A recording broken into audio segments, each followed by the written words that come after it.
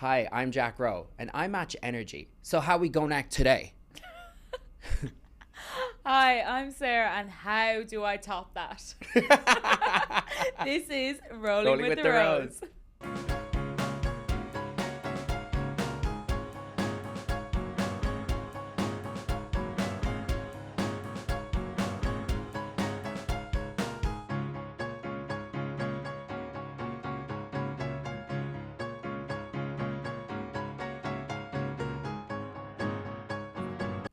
Very good.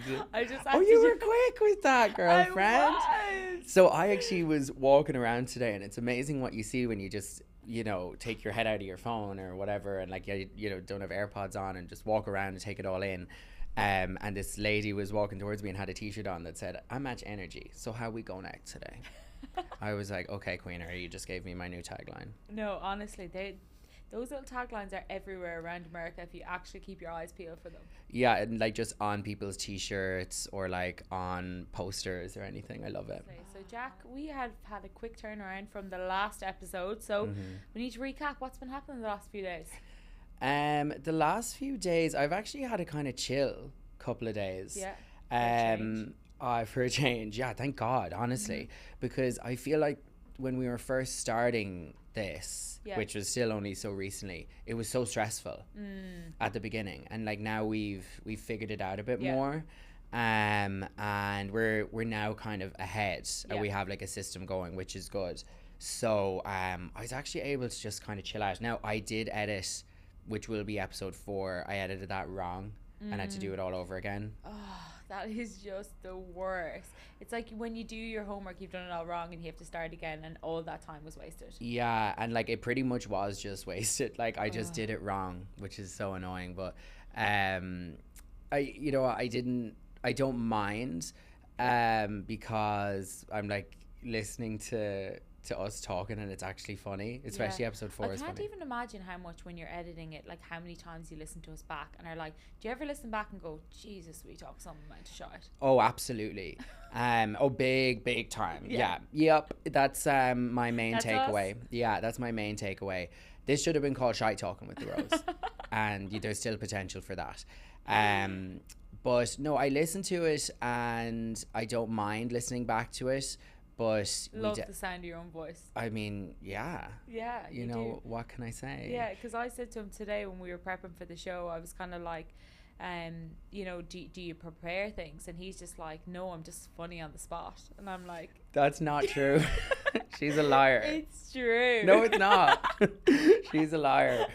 No, we actually prepare very well. We do, shows. But we're quick, we're snappy, we like it the way we do it. I don't think we would work, like I think it would be hard to work with us if you didn't understand us. Yeah, no, and that's why we work very well with Isabella and Gabe, because they understand us. But speaking of that, Jack, you also went to a new gym. You started a new gym this week? Yes. No, I started a new gym a while ago. Okay, yeah. And the music is so fucking shite. Well, they'll be delighted when they're listening to this. Yeah, and you know what? Let them listen to it, but they know I think that it's shite. Okay. Like, what do you mean that like we're doing a CrossFit class and there's like an EDM remix of Karma by Taylor Swift playing? Like, I was trying to kind of get the coach to notice that I was like noticing the music, and like as well as that, like, and like I do like these songs, like let's say it's kind of like rock pop music, like what's my age again, which is a good song. I'm not saying that sort of stuff. No, I know, but in the gym, like I kind of want like just Perpetua's playlist, just get Perpetua's playlist. Like it's so good. Like I'm on, like I've liked Owen McGregor's playlist called Techno.Party on Spotify. So I go, actually no, can I put on my friend's playlist? And he was like, no bro, like, I got my playlist, like I don't mind like putting on a song. And I was like, shit. It's like you when you used to march into our house parties and Fiona Rowe's house parties back in the day in Dublin, and you used to come in and be like, firstly command the dance floor, and secondly change all the tunes. Yeah, well, like you're kind of known for it at this point. Yeah, and look, I'm okay with that because I can kind of sense what a party. Yourself. I do. I can sense what the party needs, and you are the party. Hi, how are you? Yeah. As Kesha said, the party don't start till I walk in. That's a fact. But actually, it's funny that you say this because Anna and I actually got into a fight about this recently. Me and Anna Rowe. Well, because and like I arranged that after Sinead's going away party, my friends own a bar in the West Village called Madam X, and they said you can come to Madam X, and there was like they were like, we're going to clear out the bar for just you guys. So we had a private bar, and I know Alex and they've been running the bar for a while, and they said you can hook up your phone, we're going to give you guys microphones and bubble guns, and like we're all shooting around bubbles. It was amazing. Like this, Madonna named her album Madam X after this, and Nicki Minaj, even though she's cancelled right now, she filmed her Chun-Li music video there. Like, it's iconic. Yeah, Anna was on the tunes, and like I was like requesting music off Anna, and she was literally like, no. Like, I was like, play the fucking music, I got us here. And so yeah, the attitude honestly attitude. But anyway, yeah, so I got in trouble in the gym with that. Are Scoot's parents having a good time in New York? Oh, I love the way you went from zip to zip. Yeah, look, I'm getting myself in trouble here. Someone anyway. How's the family? Yeah, how is the family? Yeah, the family's good. Good. Yeah, they're great. We went to. Do you like these? Yum. Yeah, cheers. thank you, Isabella. Can I try yours? Yeah, you can. Can I try mine? Yeah, of course. Thank you. How do you pronounce this, guys? LaCroix. Yeah. Okay, yum. Yeah, it's nice. Yours is probably nicer, is it? Yeah, I'm gonna give you that. So what have we been doing? We went to that famous American steak restaurant, Peter Luger. Is that how you pronounce it? In Brooklyn. That Fabulosity. was such an experience. Firstly, they only take cash, which I was shocked about. Secondly, all the waiters are like older generation, which we kind of love, because you're like, they're experienced, they know what they're doing, just flinging out the plates. They have stories to tell. They know, and they're all dressed in like suits, dicky bows. Like, such a nice experience. The steak was 10 out of 10. Was it? So good. How do you like your steak cooked? Medium. How do you like yours cooked? Medium. We're very distinguished adults here. I was like, I wonder if she's gonna be like, no, like rare. Oh my god, ew. That is violent. When I see pink on the plate, I'm like, I can deal with a tiny bit, but not much. When I was working in a restaurant, people used to ask me like, what do you recommend? I was like, well, medium. I'd be like, what the fuck else do you think? No, honestly. And what was it served with? So it was served with cream spinach, baked potatoes with sour cream, and then what else? That was, and then just side salad. Okay, maybe I will book that one. Yeah, for that my would be a really parents. nice experience for your parents. I told you also need to book Budokan. Amazing Chinese restaurant. Yeah. 10 out of 10. You will get a reservation. So that, what else do? We are packing for the Boston Marathon. So we're on our way. We're going on Friday. So that's basically what we've been doing. Okay, I can't believe we're not crossing paths in Boston. I know, but you get in Tuesday morning, is it? Tuesday evening. Dad thought it was Monday evening. I'm sickened. I feel like we're ships of the night. We are, and we won't be going on Monday evening because the marathon's on Monday. Yeah. So like there's a drastic difference. Are you getting the train? Yes. Okay, yeah. Yeah, we're going to get the train, which I think would be so... How are you getting there? The train as The well. train? Okay. Yeah. It's really nice landscape the views are amazing. going up there. Yeah, it is really nice, because obviously I used to live up there in Boston, and I would get the bus from Boston to New York all the time, and I like literally used to be so... When I was going back up to Boston, I'd be so hungover. But when I was coming down, I'd take an edible, and just sit on the bus and by myself. That do to you? Oh, I'd just be chilling, laughing at yourself. In your own company. You do a lot of things in your own company. And I do. Are, like, you're your best company, I'd say. Like, does anyone match yourself? I mean, no, there is a couple of people who I love to hang out with, but like, I think that people get surprised when like they become friends with me, like new friends, and like they're like, let's do this, let's do that, and like I'm kind of like, You're kind of extroverted introvert. I absolutely am. Whatever they call that. I think they call it an extroverted introvert. Right. Yeah. But I think there's another word for it. I'll come back to that. No, I do. I really enjoy my own company, and I feel like I don't get it a lot in New York. And I'm thank you so much for giving me this platform, because I want to segue into this right now.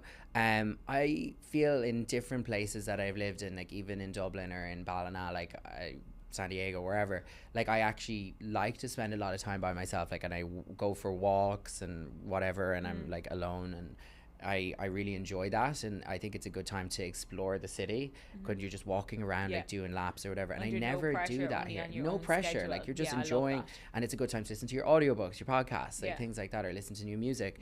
And so I always have done that, but now in New York I never ever do that because I'm so busy.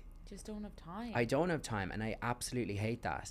So last night, I was on my way home at around, I think it was like 10 o'clock. Yeah. And I was walking. I walked for like 5 blocks, and then I was like, actually, I'm gonna get a Citi Bike like yourself. Love it. You know, sans the helmet, no helmet. And so I got on a Citi Bike, and I was going from Midtown. So I was going from around 40th Street, and I live, well, I don't really care what I live on, like 80th. Is anyone going to show up to my house and murder me? And I was cycling the bike, and then I got like close to my house and was like, oh my God, I'm like having such a nice time right now, like listening to music on my bike. And so I was like, I'm not going to go inside yet. Like, I'm going to just keep fucking cycling. Yeah. And so I kept cycling like up into Harlem. Euphoric. Yeah, it was. And then it started to rain. And I was like, oh shit, like I was only wearing a t-shirt and shorts. And I was like, oh, like, you know, should I pull in or whatever? And then I was like, oh, hell no. Like, this is quite amazing, actually. And so because I'm drama, I pulled out my phone and put on like an M83 song, which is like pure like movie soundtrack, Euphoria, excuse me. You know, like triumphant, beautiful music. And I put on a song, I think it was called the outro, if you know that song. I put that on, and I was like on my bike, like biblical levels of rain on me, like pouring down. I'm fucking now on my way back down the middle of 2nd Ave, cycling my bike, and I'm like, it was so beautiful.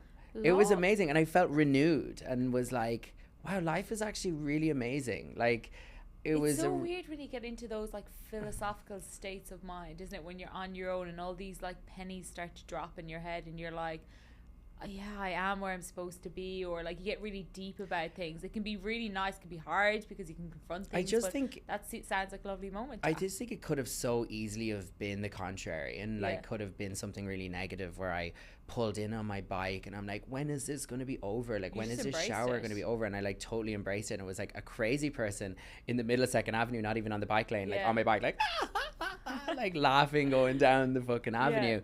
And you know, I don't know what this says about me, but it more so got me thinking, I think, about like, I don't think I like people who wouldn't embrace it. Like, I wouldn't like, I look, I'm not saying that everyone should cycle in the rain all the time, but like, for what that moment became, I know there's certain people who I know that would never ever put themselves and allow themselves for that to happen. It kind of reminds me of like when people say like you're kind of either naturally optimistic or you're naturally pessimistic, and some people see the good in everything and the good in everyone, and then other people might see the bad in everything. That's like an example of being like, you know, glass half full mentality versus glass half empty mentality. I think I'm sure you don't always feel like that, but when you do, you gotta embrace it. I think I've moved from being a glass half empty to being a glass half full person, and you know, I don't think I'm, you know, I don't have everything I want right now, but like I do feel positive about it, and I think yesterday like just made me feel a renewed positivity about my life. Well, look at everything. You'll attract all the good things in when you're thinking like that. I felt like I was like reborn or something. It was amazing. Love it. Sarah, remember that phrase that you told me? Behind every great man is a better woman. Is that what it was? No, is it successful man? Maybe it's great. That's actually the same thing. Same thing. But yeah, the reason we brought up this topic, and Jack and I talked about it off air before, is because we were talking about like the differences in relationships, and we talked about on previous podcasts how, you know, we people watch a bit, and when we people watch, you look at relationships and you're like, love the look of that relationship, or those two look like they hate each other. But it kind of brings me on to my point and my thoughts around my parents' relationship. So dad works in China, comes and goes between China, England, Australia, and G-Bomb is at home, and that's the way it's been for the last... Has she been to China? 20 years. She's been once. When? It's honestly hard pressed get that woman on a flight. Like, she is just like, I'm happy, lovey, with my vape and my my glass of wine, sitting reading the paper in the corner. Like, I love having a glass of wine with her. completely different worlds in the way they think. Like dad wants to travel the world, he wants to be high performing, he is like so hungry to continuously meet new people, and he's this energy, this where he wants to go everywhere and do everything and meet new people all the time. And mum is just as social, but in a very different way. Mum is happy with being in Ballina, keeping the home, she's the heart of the home, really, totally. As every Irish mother is. But she has really like spent a lot of time just like being there for us in terms of like, she cooked for us. But she's a granny now. For us. Yeah, she's granny now. Which is she's there crazy. For Lorna's kids, for Hayley and Hannah. And she just loves that. And dad has always been the one to go and work. It's completely like a traditional relationship where dad works, mum stays at home. She was a nurse until only recently. Yeah, she did, and she's unbelievable at that as well. And I feel so grateful to have a mother who was a nurse, because she answers all my medical questions all the time. I remember going down, being in the house, and she was like, "Honey," she was like, "Lovey, are your lymph nodes swollen?" I was like, "My what?" Yeah. And she came up to me, started going like this, and like she was like, "Oh, they are." Yeah. And I was like, too much drink. Generally, that's what happens. But yeah, she just like, she obviously like when we were younger, both of them worked, and like that was the way it was, because you have to. And then as we kind of started getting older, it was like mum stayed at home, helped the kids, cooked, cleaned, and then dad went away and worked. But they have an amazing relationship, and they really understand the roles that they both play in each other's lives. Like there's no resentment for dad going away, or there's no like, you know, dad being like, Gigi, I would love if you came with me or traveled with me. Like they made that decision when we were younger for us not to move to China, because mum wanted us to grow up and be Irish kids, and you know, have that kind of local mentality. And like we absolutely loved growing up in Ballina. So I feel like it just really worked out. But it's two people who are so different but work so well. But it comparatively, to think about relationships nowadays, like it feels like it's shifting more towards the 50% men work, 50% of women work, and it's kind of like split down the middle now in terms of roles. Like it's not as clearly defined, like this is the traditional home. I don't know what's good, what's right, what's wrong, but it's definitely changing is what I would say. But no, there's no right or wrong in it, but their relationship is an incredible one. I feel like the reason dad can travel and do his work the way he can is because mum is behind him, encouraging him, believing in him, and letting him go and not telling him what to do all the time. I think that's a massive part of their relationship. How much longer do you think he will do all this traveling for? Well, that's the $1 million question. He hasn't been doing as much in the last couple of months, but he will probably see. It just depends, really. Like I think it's like one step at a time. Like obviously I wouldn't say my parents are getting old, because I think they're still so young in mind, body and soul, but obviously there does come a time where you have to reconsider your lifestyle choices and whatever. But I think time will tell on that one.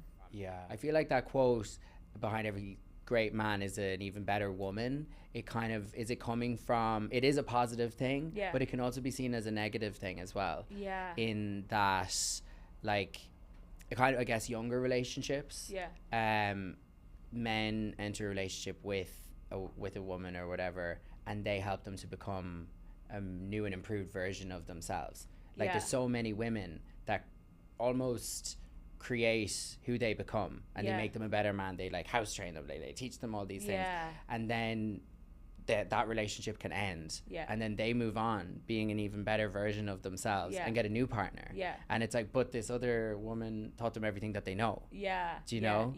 I feel like that's very hard, and it's true on that side about women, but it's also true on the side of men, like as well. I feel like men can make women better as well, and can help them have, like mum would always say that, like, I am a way more confident version of myself since I met your father, and dad would say I can't do anything, and I can't live this life without your mother, and the way she encourages me and pushes me as well. So like it can work on both sides, I think. But I do agree with you, and I know what you're saying. It's like when two people get together, they elevate, or one elevates the other one, and then they break up, and that person goes on, and you're like, oh, I really helped you. It's a funny one, because you either, that's just the risk that you run, though. That's like what a relationship is, and really that's what life is about. Is like, you know, people, as they say, come into your life for a reason, a season, or a lifetime, and they come in and you learn a lot from them. And really relationships challenge you like no other, and heartbreak challenges you like no other as well. I feel like I was just thinking about my parents there, like how I feel like my mum has built up my dad so much. Like he would not be able to be without her. Do you know what I mean? Could you imagine? Yeah, no, they are such a good couple. They're such a fun couple as they well. Are. I think that's a really big thing. And Mum always says that to me. She's like, you won't go far wrong if you have a partner who has a good sense of humor. And I'm like, that's really simple. I'm like, I remember when I was like hemming and hawing for so long, like dating, like all this, I was like, but what is it? Like, what am I after? Like, and then Mum would be like, it's simple, lovely. Like, someone just have a laugh with. And I'm like, it actually is. Because like, no matter what, when all else fails, if you can laugh at the good, the bad, and the ugly, like, life can be fun at least. And you know what they say, if you marry for money, you pay for it every day. I love that saying. That is so good. I kind of want to marry for money. Do you? Yeah. Oh my God, it wouldn't even enter my mind. I would be like, I want to marry a character who works really hard, and I believe that results to money. Yeah. I don't know. I'm kind of like, I'm literally on Hinge these days being like, not rich. Like, even just for the summer.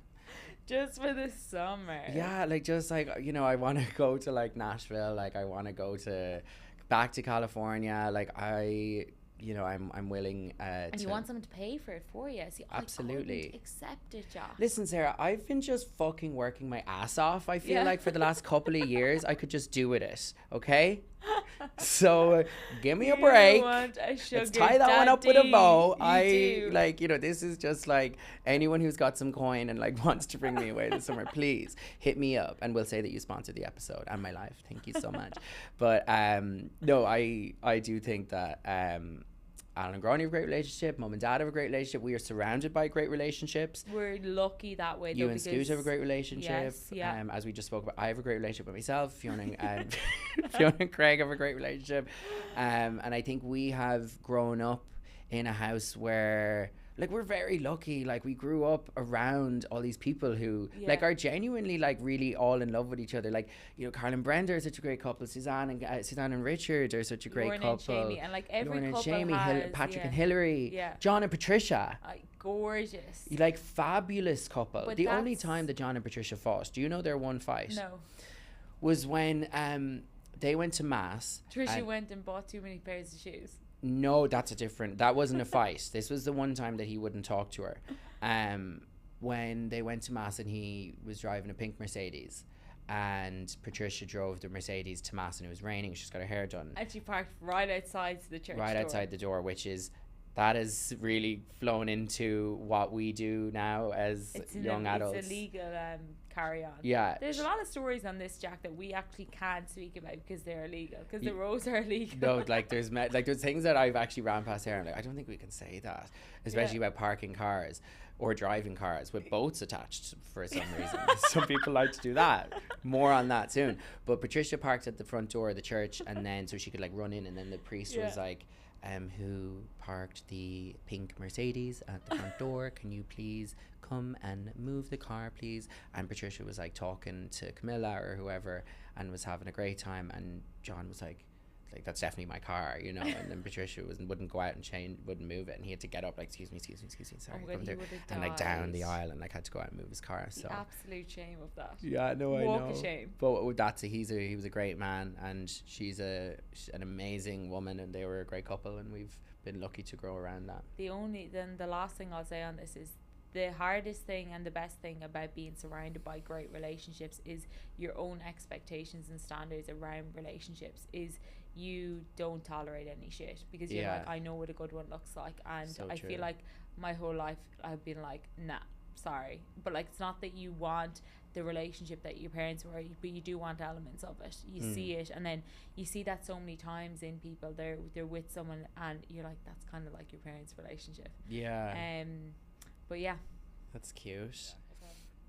Okay, so are you familiar with Coachella? Yes, of course, Jack. So you know it's on for 2 weekends. Yes, it's on this weekend. Yes, it was on last weekend and it's on this coming weekend. Yeah. So we are filming this ahead of time, obviously, because we're trying to stack them before Sarah leaves me. But basically, it happens. There's weekend 1 and there's weekend 2, and it's the same performances on both weekends. Yeah. And whenever Coachella's happening, there's such a buzz around it. It's like Instagram is hopping, like, you know, you're seeing it online, like what people are wearing, like what's like, and it's full to the brim of celebrities. Yeah. Like they're all there, like out in the open pretty much. You would be in your element. Why aren't you going? Well, because I guess my sugar daddy hasn't come through just yet. Yeah, okay. Maybe next After year. this episode. Yeah. But I do wonder about Coachella. Would it even be fun? Because it does appear to be all for the gram. And that is not it. That's just not. That doesn't make you feel anything, Jack. No, like, I mean, people are there in outfits that cost thousands upon thousands, and these outfits have been planned out over time. Like, they're photo shoots all day long in and around the venues. Like, when I think about Electric Picnic, which is like the big festival obviously in Ireland, like, I just am like, that is like, Coachella does not seem like it would be as good crack at all. It just seems so like plastic to me, and like kind of fake, whereas EP is like rough and fucking ready. But it's kind of like anything, like, as in, everything is about the company you're surrounded in. You can be in the most beautiful place in the world, you can still be lonely with the company that you're with, or else you can be at something and can be in a grungy bar, but you're like, I have the best people around me. Woo! The laughs are 90 and I'm happy. Yeah, I feel like just with Coachella, because it's so like consumerism final boss, you know what I mean? Like, I think I would be around good company, but I think it's like the other people that are there, like, I don't know, have you guys need people to bounce off? Yeah, have you guys been to Coachella? No? Would you go? No. Okay, Gabe and Isabella are saying no. I'm not a festival girl. You're not? Yeah. No, I like just like a concert. Getting to a concert and going home. The artists like cycling out, not me running around to different stages and like catching who I want to see. Yeah. It just seems too like I would be more stressed than actually having fun. Yeah. Like, even like, and that's the thing, like, the acts are so good at Coachella. Like, this year, Justin Bieber headlined, Sabrina Carpenter headlined. Like, you're stressed. Like, you're like, I have to go see them. Whereas, like, I've spent years at Electric Picnic in the campsite. Like, I'm like, okay, I actually, like, do really want to go see Jungle. Drinking like, let's naggins. go. Drinking naggins. And I'm like, Smoking fags, smoking joints. Like, yep, that's right, people. I smoke joints sometimes. And, like, it's like, you're like, okay, I really want to go to Jungle. They're on at 6, and then like we'd be there like 5 to 6. Like, would we go? Like, we'll go like at 6:30, and then like next thing's like 10 o'clock. We're like, okay, we missed that. But so Justin Bieber performed, and we watched his performance live. On my Laura Motherway's little phone. We were watching it. It was like, you know, it was a real juxtaposition, I would say.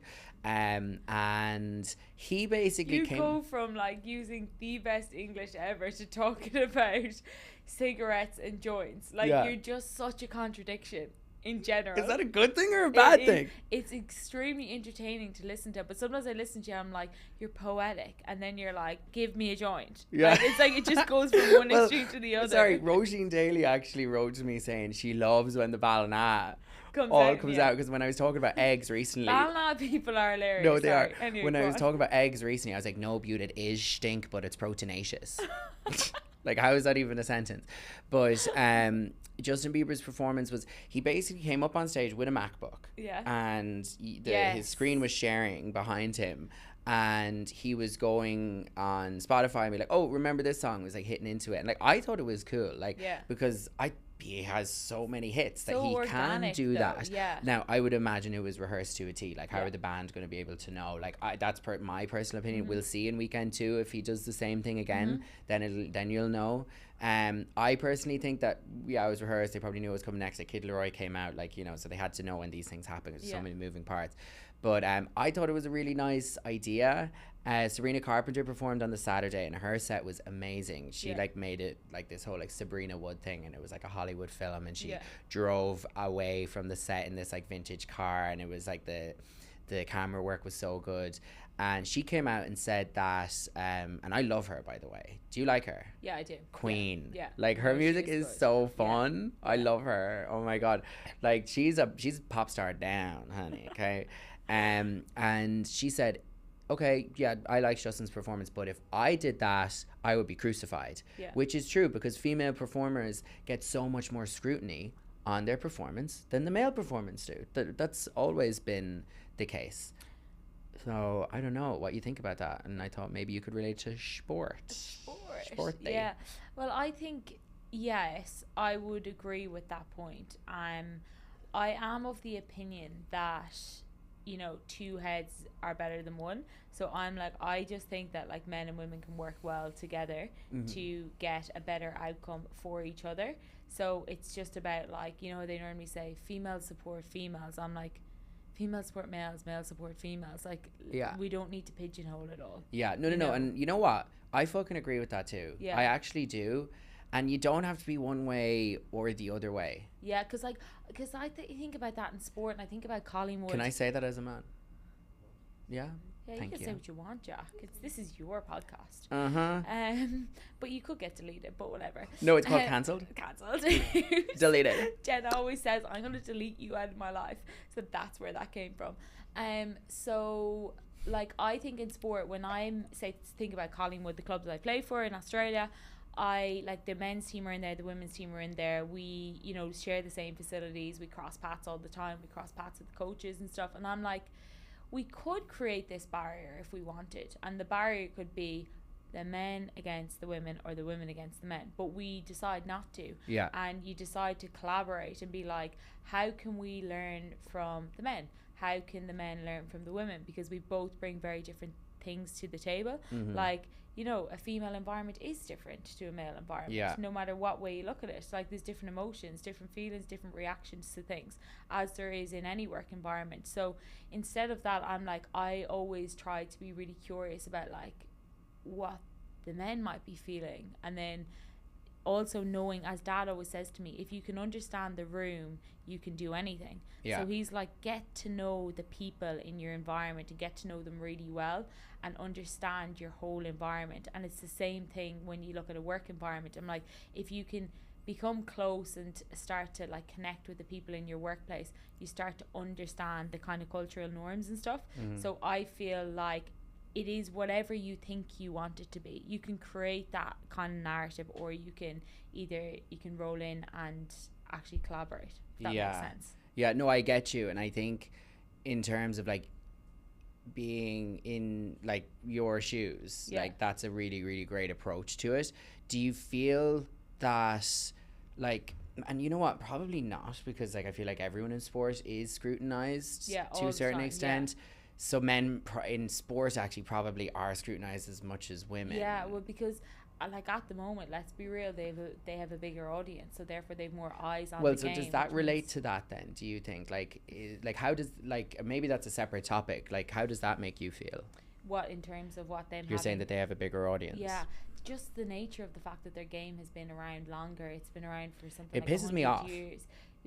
Because of the time of like how it's only now that women's sport, or like it's taken years. I was talking to someone who I'd met for the first time, and I was explaining like how I was like, you know, I was saying, referring to you as my cousin, like, you know, I was saying my cousin, which is a unisex phrase, and I was like, me and my cousin are doing a podcast, and I think they were like, what does your cousin do? And like I was like, oh, like they're an athlete, and they play AFL or something like that. And they're like, what team does he play for? I was like, bitch, she plays for Collingwood. Like, and why would you assume she's a man? Because you use they. No, but it wasn't like, you know, I'm trying to, like, it was like, my cousin plays AFL. Yeah. Like that, it was more like that. Like it wasn't I don't think I said they, like it was very generic. And what team does he play for? Yeah. Yeah. She's on the side of a bus. Yeah. In Australia, and her name's Sarah Rowe. But the thing is, like, it is interesting, but times are changing, and like, 100%. Like, we can't hate on 100 years ago and what they did then, because we're like, this is what's happening now, and I'm like, sure, what's the point of having a post-mortem of the life that we weren't even here for? Yes, ideally women's sports started at the same time that men started, but it hasn't. So now we work from now. Like, and then you talk to little boys and who are growing up and they're watching female sport, and they're like, they don't know the difference. They're like, oh, it it was great to watch the women's game, or you see young boys coming to games and like asking for autographs and stuff. I'm like, now they know no different. Yeah. But yes, nice. There's a generation where there's a big gap where they're like, all they know is men's sport and they have no idea about women's sport. So it's going in the right direction. So it is definitely going in the right direction. It's an uphill climb, and I think it will get there in time, but it's going to take a lot of time. Like, the reality is we have to catch up. Yeah. Well, I will continue to fly the flag. Yes, Jack, thank you very much. No freaking worries at all, Beaut. Yeah. Okay, Jack, I've obviously referenced the fact in previous podcasts, and I've also referenced the fact that I live in Australia. Most of the time I go between Ireland and Australia, and you live in New York. Yeah. So with that comes sometimes stress, sometimes homesickness. Yeah. I just want to ask you and understand where does that show up for you? Because it obviously does show up at times. It definitely does show up at times, and I've gotten better at dealing with homesickness. I remember when my first time I moved away was 2021. I moved to Boston. Yeah. I was only there for 4 months, and then I moved to California. But it was essentially like I was doing, like, I had already been working a professional job out of college, and I left that job to move to America. It was like I decided to do a J1 in Boston in the depths of winter. Like, it was so, like, you know what I mean? Like, Boston is a really, really nice city, and I told you you're going to have a really nice time, but like, it's not New York at all, and it wasn't my speed, I didn't find. And I was like, what the fuck? Like, this is not what I signed up for. Like, I thought I would move over there and like get like a job in sales or whatever. And I remember being over there one day, and I was just like, I think I'd had like a mad night out before that or something, and I was there, I think it was like a month, which is so funny because that month felt like such a long time, whereas now a month goes by like that. Yeah. Like, I don't know, is that just what happens when you get older? Yeah. But I saw a lady who looked like my mum, and I was like, my heart sank. Yeah. And I was like, I miss my mom. Like, and I was so sad. And like, I don't know, did I call her? It was probably too late to call because of this fucking time difference as well. But I felt worlds away, and I was like, what the fuck have you done? And I remember it was like this, like, where I lived just wasn't a walkable area. Like, when I would like walk somewhere, I was like walking along a highway. Like, it was like, you know, because it was like, I don't know why, I just was like, I'm not getting the public transport, but walking in the snow and like trudging around the place. But I remember there was a hill that I passed by called Prospect Hill, and you can kind of like overlook downtown Boston. I think we're probably actually downtown Cambridge from where you stand on the hill. And I remember looking out and being like, I have no idea why I'm here. Like, it was like such a loss. You felt like you were in the wrong place at this point. Yeah. And I think that when I think that homesickness creeps up on me when I feel that I am not being well served, or I'm not doing things that benefit me. Like, if I was living in Bangalore and like I had a job that I felt was beneficial, and I'm here to do this, and I would be fine. You're not fulfilling your purpose. Yeah, exactly. And I would embrace it for what it is. And when I'm in a place and I don't understand why I'm there, and I'm not trying to further benefit myself or like around people I care about, like, because you can be somewhere around people you care about not benefiting yourself, or you know, trying to reach a higher version of yourself. You could just be like, I'm around the people that I love and I'm happy with that. There is nothing wrong with that. And so that's when it really, really creeps up on me. When I first moved to New York, I honestly thought I wouldn't feel it here in New York when I moved here in the summer. I was like, no, I'm fine, I've done this, I've lived away, I'm good. And I was really jarred when I moved here, like, which actually jarred means drunk, doesn't it? When I got jarred, like, it was jarring to me, because I was like, oh, like, you know, my once easily obtainable routine became very difficult. And I was living in Brooklyn, I was living in Bushwick, and it was like so hard to get to the gym, and I would get to Planet Fitness, and there was people in jeans on the treadmill, and like, I was like, why is there crazy people in here? This is crazy. And then I moved from Bushwick to Astoria in Queens, and I got a room in this house. It was really cheap, and there was the room had no windows, and I was like a bull. Like, I was like, why did I do this? And it wasn't even like this was like September, October, so it was still warm, and it wasn't even the issue of like the heat from outside. It was the heat, because it was a third floor apartment. The heat from the 2 apartments underneath us was rising into my room. I used to have to go to bed with, and I actually saw you posted about this, your homemade air conditioning. I used to have to bring an ice pack to bed and an air con. That's what two you did last two night. air cons. I had one that was in my bed that was at my feet and was blowing up my blanket. No. And then like I would just be like this, and the blanket would be up like why this. Why is it not air conditioned? I don't get it. Older buildings. Older building, and I think that the like. So like my house, for example, isn't it's not air conditioned. There's no vents, but like you can get air conditioning units installed into your window, so they take air from outside and they make it cold air. But there was no fucking windows to do that in this room, so I was just in there sweating. So I felt very homesick when I was in that fucking shithole.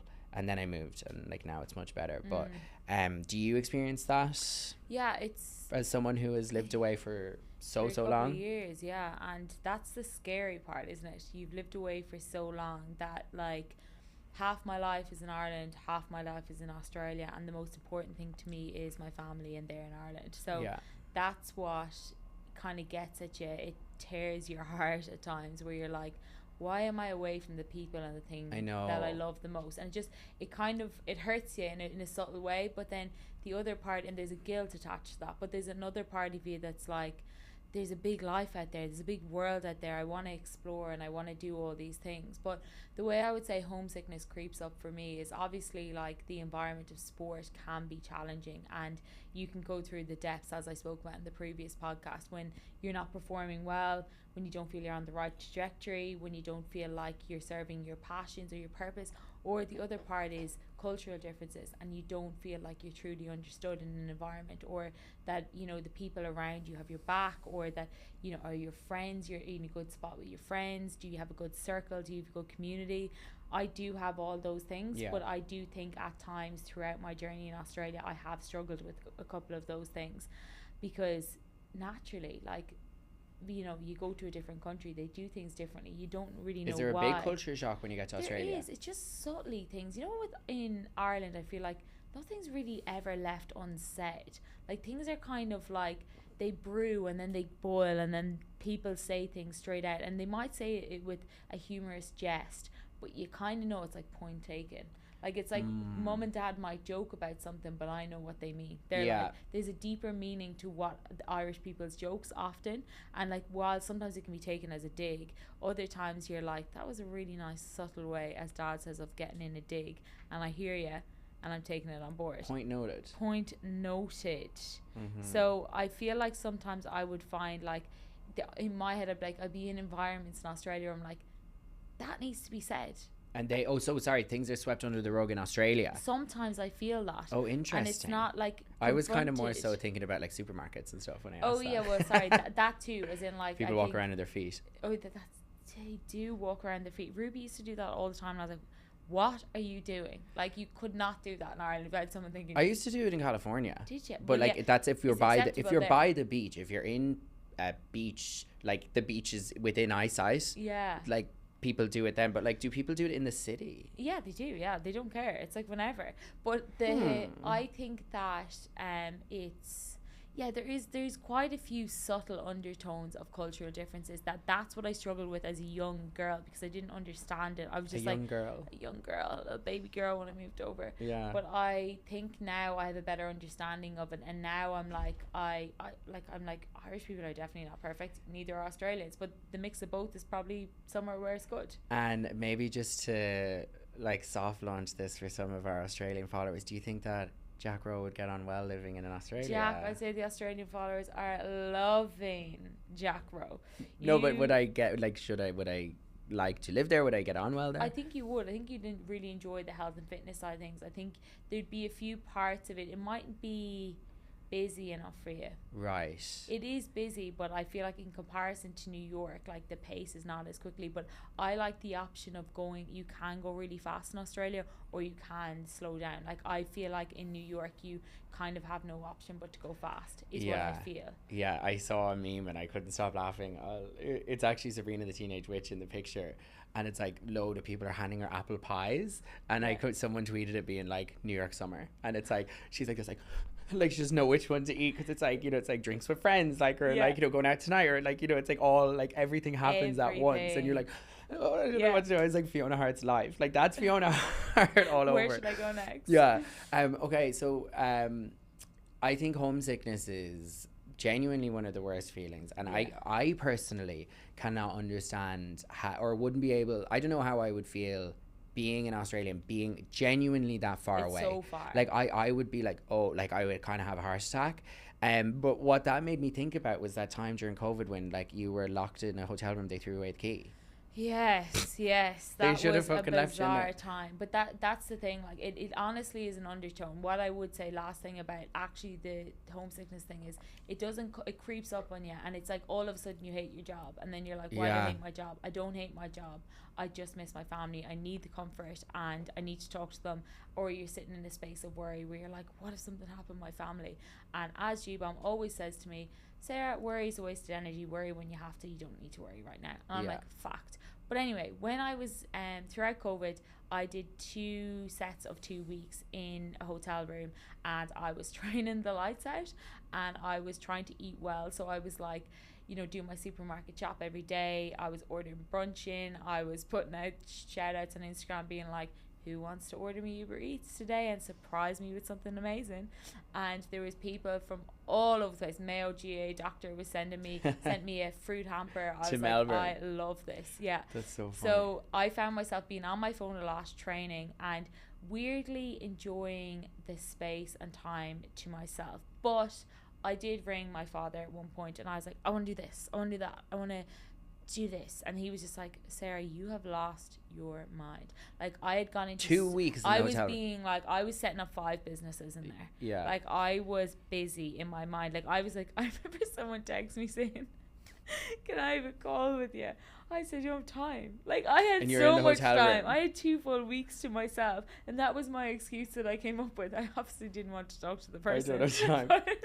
I don't have time. I'm like, I call her oh if no, you're this listening. person actually knows I'm in quarantine because I've plastered it all over my Instagram. Yes, I lie. But anyway.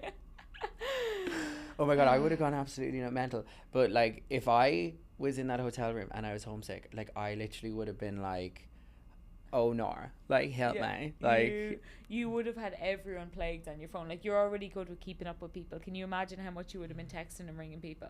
Whereas I was happy enough I would have been stirring the pot from that hotel room. 100%. Like been like really getting in there. Okay, so we have reached that time of the show.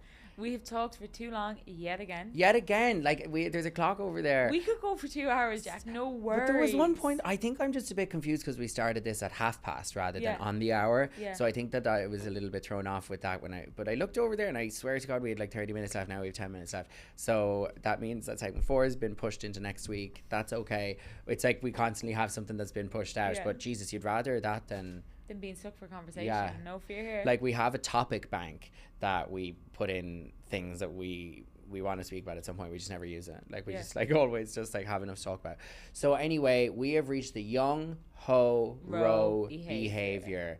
And what Sarah and I have, the way that we come up with these stories is we talk about funny stories from our childhood, funny stories from mostly being teenagers, and just things that people we love do. And so the one that we've decided to talk about this week is around sneaking out of the house in Ballina, because it's absolutely fucking hilarious. And I don't know why, Jack, but as we said, so many things with the Rows is generational.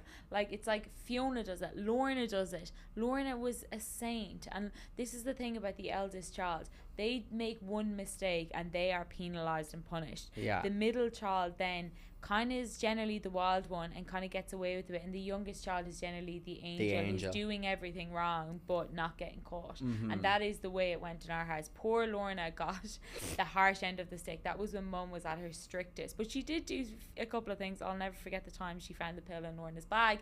Anyway, moving on. And Mum was not happy. What is this? Anyway, and then Fiona was mental. She was mental, wild, and Fiona was like sneaking out all the time. But I used to look up to Lorna and Fiona, so whatever they did, I was going to follow. Yeah. So I was like, oh my god, my older sisters are so cool. I definitely got fucking penalised the most in my house. Like, Ted had a breeze. Oh, Ted was the angel child. You were the devil. No. The angel and the devil. And like, Ted is the little angel. Like, you remember how cute he was when he was younger? He had white hair. Yeah, he had white bowl cut hair. He was so cute. And he would just read about tractors in a magazine. Like, and Mum was feeding him cups of tea in his bottle since he was like 1 year old. Like, he was the cutest little thing. So people would ask about Ted, they'd be like, how's Ted? And they'd be like, how's Jack? Yeah. It was like, and I was Jack. Like, it's like, and Ted had white hair, I had brown hair. Like, it was like the exact same question, just very different tones. Yeah. Same with, it was like, how's Sarah?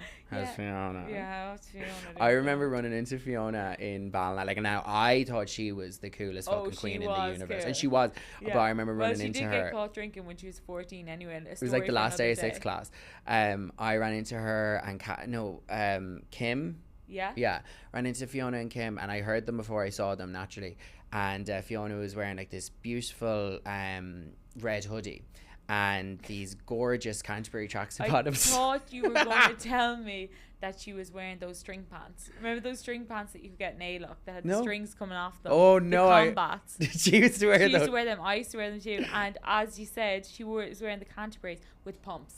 Yeah, so she's wearing the most beautiful Canterbury's and the most gorgeous pumps. This is how Patricia describes things. She was saying how someone was dressed me. She goes, she had the most beautiful anorak on. Like, she was taking the piss. But yeah, she had the most beautiful hoodie on. And it was, she used to say, hoodie. Trish said, it's funny now, this generation, like they're wearing active gear all the time. And I said, you don't approve, Tricia, do you? You want us to dress Fiona in took more that and ran. These heels. They're cute.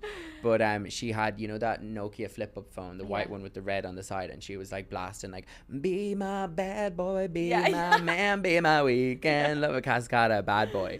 And she was just such a queen of the time. But she used to love sneaking out of the house. Yeah, so we basically, in our house, we have an extension at the back of our house, and Fiona's window is above the extension. So Fiona used to get out, open her window and go out onto the extension, walk across the roof, and then jump down onto the garden. And the garden was we had like 2 layers to our garden, where it's like a higher part of our garden, a lower part. So she would just jump down onto the garden and then she'd be gone. And she used to tell me that she'd do this, and sometimes she would be doing it in the wind and rain, and I'd be like, oh my god, and she just had to go out and fucking go drinking. Yeah, and literally on her tippy toes walking across with her pumps. Like, so do you know the pumps that like curl up like this? Yeah, those ones.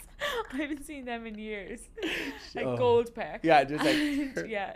And she she used to get caught all the time. Was definitely known as the bold child. So anyway, I decided then, because my cool sisters did this, that I was going to get into this, and then I became an adrenaline junkie who never got caught until I did. And when I did, the tides turned. But this one time that I didn't get caught, I snuck out to meet my boyfriend at the time, who is I haven't heard that in years. Do you remember that? What is that? I don't know. Ew. What? What is that? I don't know. I'm gonna have to look that up. How do you look up what is oots? It's from a Disney show. Yeah, everyone needs to do that. It's like a comeback in Yeah, no. My boyfriend. Oots. It was so, and when you said my boyfriend, it was like the perfect response. Perfect. But anyway, so yeah, so I snuck out anyway to see my boyfriend, and then I was coming home that night, and I know that Dad gets up at about 3:30, 4 o'clock in the morning, and he goes to work, and he drives up to Roware, which is the office at which he works.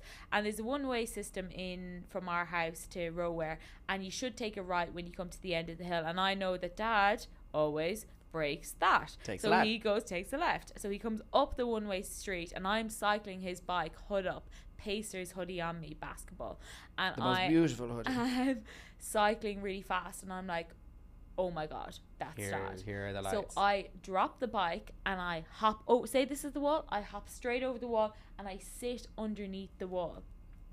And Dad stops the car and says, like, someone's obviously, like, I don't know what's gone on here. I've just seen a bike basically being flung onto the road, and this person seems to be running away from me. Yeah. So he looks, and he just looks over the wall. He's genuinely breathing on me. I'm sitting down like this with my hands in my head, and I'm like, oh my god, is he going to catch me? Like, as in, this is going to be the worst thing ever, because I'm the angel child, the sporty one. Like, I'll never let my dad down, like, everything. Anyway, breathes on me, doesn't see me, gets back into the car and drives up to the office. And I jump over, leave the bike there, and run up to and get back into the house again in the window. And I get into my bed and I'm asleep.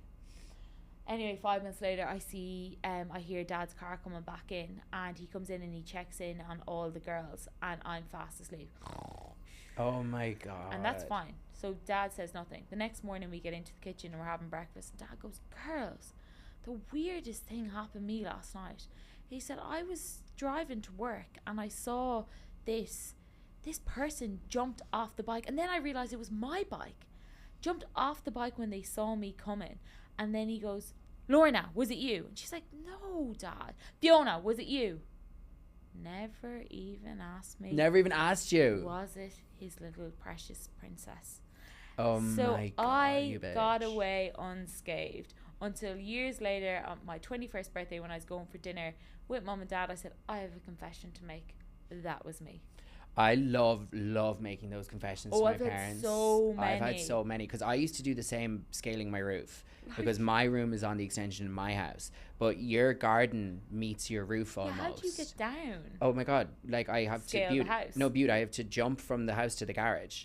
Oh my like God. What I would do is, like, the roof goes out and then there's a big gap and then there's the garage roof that goes down like this, and I would fully, like, this, how badly did I want to drink in the fucking streets in Ballina that I was risking my life to do it, and I would jump like this, over, grab on like this, like, I made it, and then have to go up on top of the garage. So I'm up on top of it, down the other side, across the wall, and then I would go over the wall, and then there was this one, like, concrete peg that I would have to jump down on, stand on that, and then jump into my mount into Mary Loftus's house. We'll go through Mary Loftus's back garden, where there's a huge bee's nest there that I would have to avoid. Go through Mary Loftus's back garden. So not only am I trying to get out of my house, I'm trying to sneak out of Mary Loftus's house for some reason. And so their gate would be fully locked. I had to scale their gate, jump over their gate, and then I was free. But it was like a 10-minute ordeal. The same way? Or Yes. Did you go back? Oh, yes. See, I used to go back in the window. I'd leave the window open when I'd go back. That was the thing, but I was always afraid that the window. No. would I be would have closed to go when I got back in the same way, but, like, it was actually because I would just jump back over.